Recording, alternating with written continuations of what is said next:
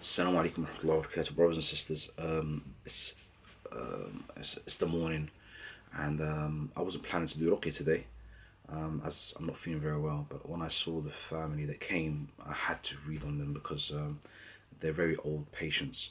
She's got a son who's about in his late 20s, who's severely affected. What with?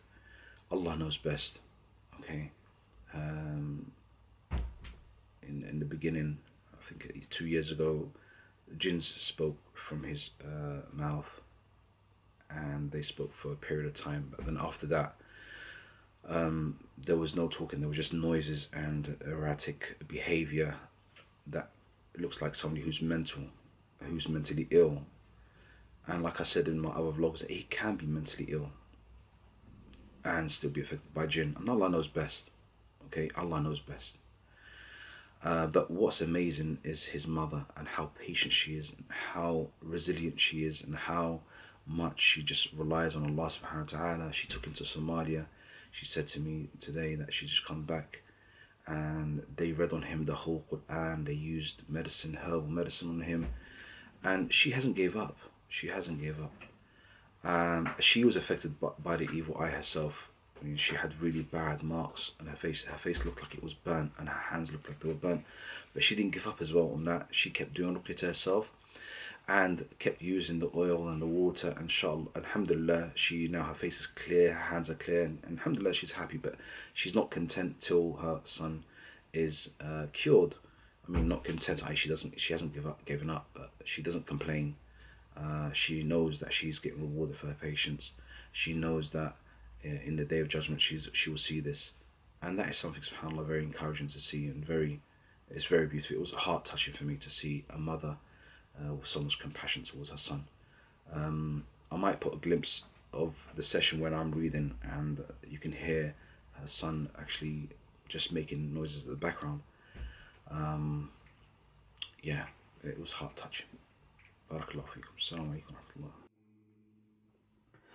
بسم الله الرحمن الرحيم الحمد لله رب العالمين الرحمن الرحيم مالك يوم الدين إياك نعبد وإياك نستعين اهدنا الصراط المستقيم صراط الذين أنعمت عليهم غير المغضوب عليهم ولا الضالين. بسم الله الرحمن. Assalamu alaikum warahmatullahi wabarakatuh. I have a brother here who's coming, and ولا تقربوا الزنا الزنا الزنا الزنا الزنا الزنا الزنا الزنا الزنا الزنا الزنا الزنا الزنا الزنا الزنا. Basically, he's been to see other, I don't want to call them raqis, then they call themselves raqis. They've been to a group that call themselves jinn catchers, and I actually got a video footage of the brother from before, and I've got like a testimony from themselves speaking about these jinn catchers and what these jinn catchers, how they practiced their jinn catching. It's quite disturbing, actually, and an eye-opener.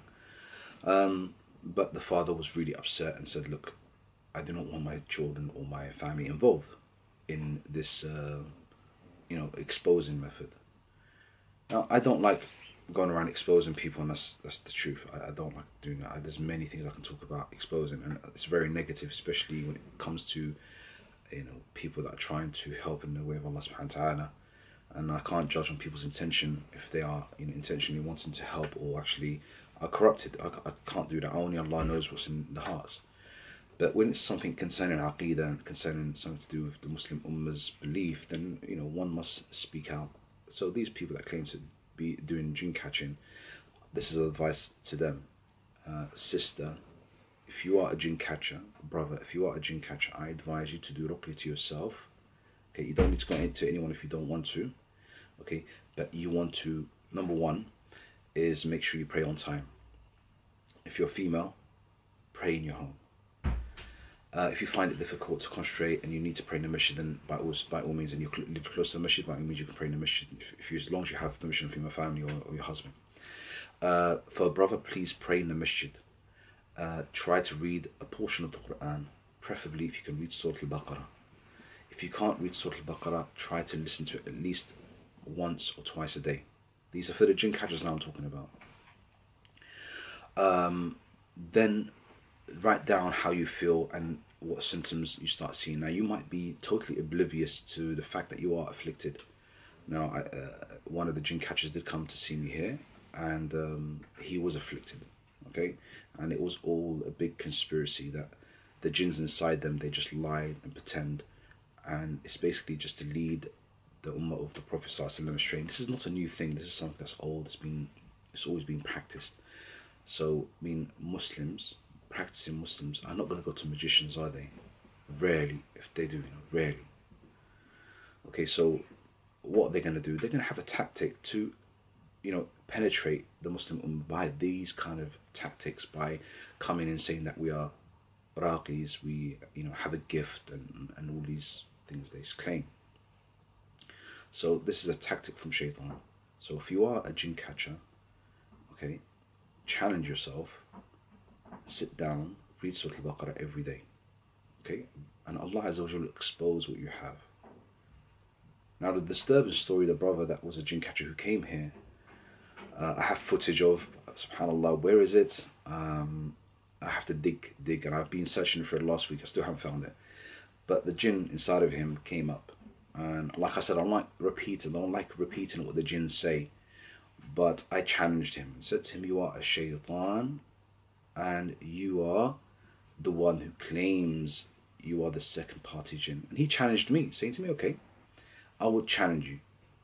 Ask Allah Azza wa Jal, make dua to Allah to let me come inside of you.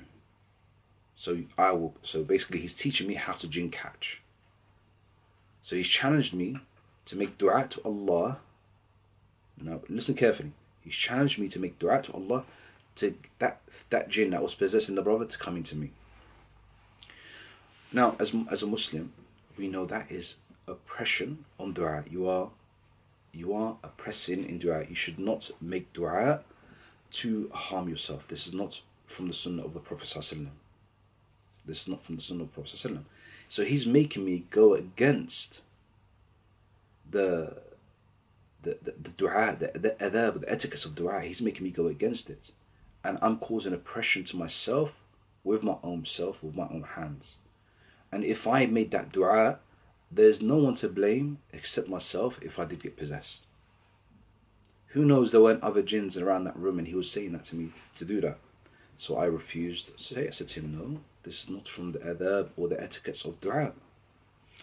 So he said, you see, it's true, and it's a fact, you can do jinn catching. Now this is a shaitan advising me, telling me this. Is he lying or is he telling the truth? Now we know you shouldn't make dua against yourself. And if I did make that dua and he did enter me, who's to blame? Myself.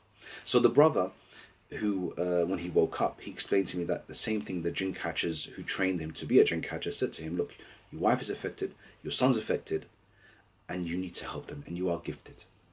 What gift did he have? The gift that he had, that he was affected, i.e. possessed, and the jinn claimed to leave his body, and now he's open. Now he's making dua against himself to be possessed. Does that make any rational sense? Brothers and sisters, please wake up. We are Muslims, we must use our brains. Barakallahu feekum. So لا إله إلا الله أشهد أن محمدا رسول الله أشهد أن محمدا رسول الله حي على الصلاة حي على الفلاح حي على الفلاح الله أكبر الله أكبر لا إله إلا الله. So is it wrong that I put my hand in the place where they're hiding? No. So who knows what they're doing?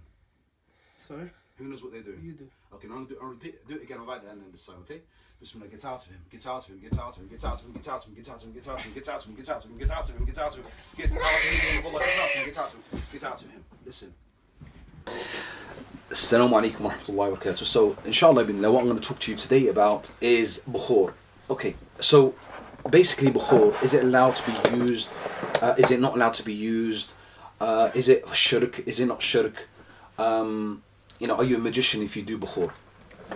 Well, the answer to that is of course not. Okay, don't be silly. Just because you're using Bukhoor, it doesn't mean you're a magician. So let's just say air freshener. This is the air freshener. Okay, if it feels like it's empty. But if I was to, before any patient come in, do this because you know the smell and to change the smell and make it smell fresh, that's just a spray. Now, in the olden times, when they didn't have these, they used something like this, and this is frankincense. It's a resin that comes from a tree, and if you were to put a coal, if you bring me a coal, please. That's my colleague, by the way. I'll introduce him another time. But anyway, that's the resin that comes from a tree, and it smells really nice to some people, and some people think it's too strong. Jinns hate it, and some jinns love it. You know, it depends. Just like human beings, you might first not like it. Afterwards, you might start to like this smell. It's a very ancient, old smell, and they're all different types. This is resin called frankincense. This is they call musk, white musk. So if you burn it, it will smell really nice, and it will clear the smell, the odor that you had here in the beginning. So it's not shirk, it's not you know, putting partners with 𝗦𝗘𝗟𝗥𝗢𝗥, unless you do it to please the jinn. So if the jinn asked you, I won't leave until you light a Bukhoor, like something like an incense, and then you fall for their trap, and then they'll ask you for this, then they'll ask you for that, and then it'll be ongoing till they ask you to slaughter you know, a goat for them, and then they'll say not a white goat, no, slaughter a black goat, and then we'll leave. So they'll ask you to do something for them, and all of a sudden you find them asking you to do something step by step. So this is the reason why it's not allowed to burn frankincense for jinn or jinn possession, but it is good to use it as to you know, as an air freshener to change the smell of the room and so on.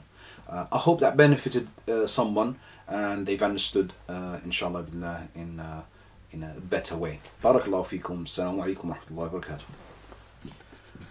barakatuh.